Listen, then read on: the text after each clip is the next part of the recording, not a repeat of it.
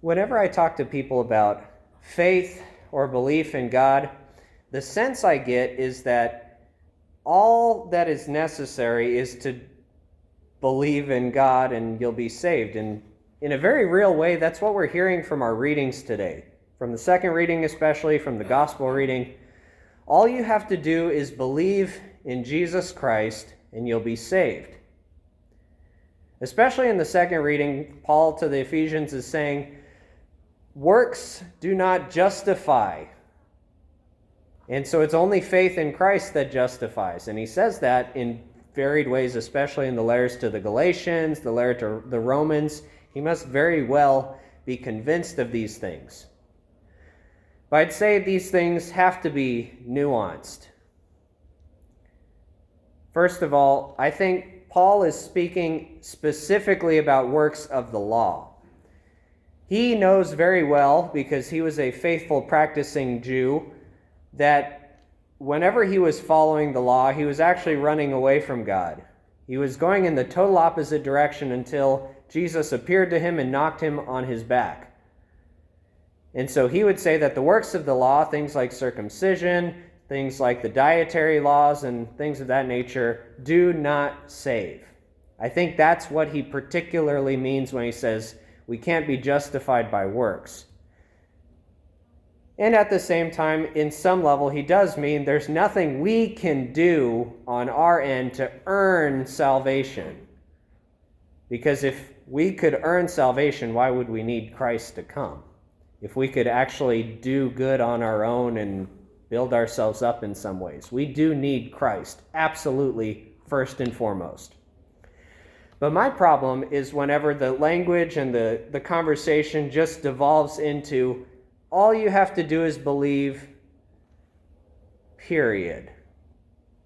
Because my sense is when people say all you have to do is believe, it's just have faith that Jesus is going to save you. And there's no other response necessary. Whatever that means. Because I think if you have faith in God, if you believe that Jesus Christ is the one whom God sent, then there's a natural response that has to happen. For instance, in the first reading, we very much see what non-belief in God looks like.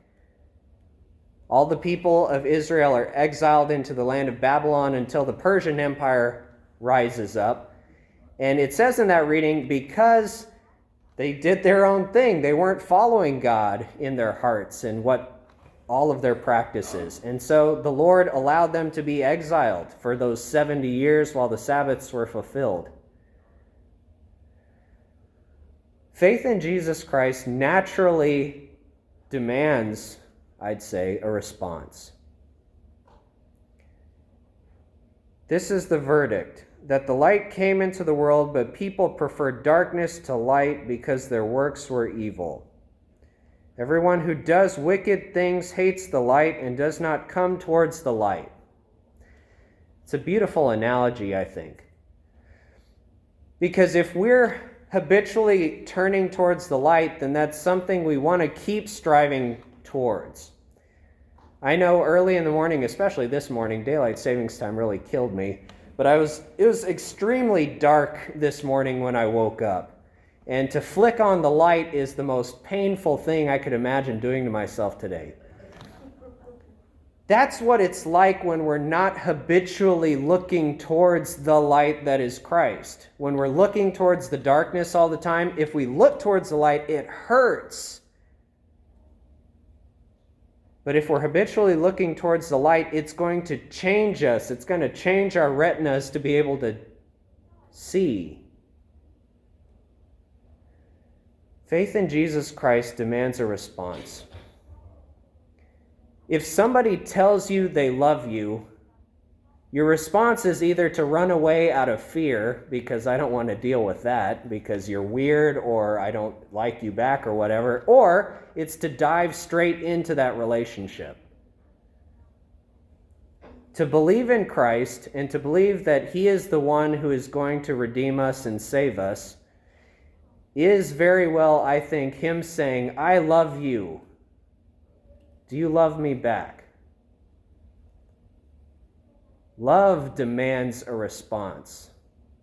It's more than just saying, I know that Jesus saved me. But if he truly did, if he truly does love me, I need to fall in love with him too. It's all his response first. He's the one who came and redeemed us for sure. He's the one who came and loved us first before we could even fathom to love him.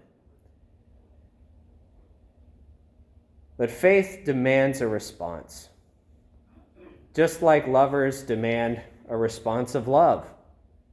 Otherwise, that relationship dies.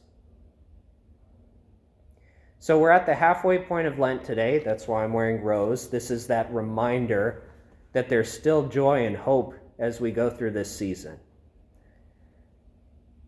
How is the Lord inviting you into greater love of him?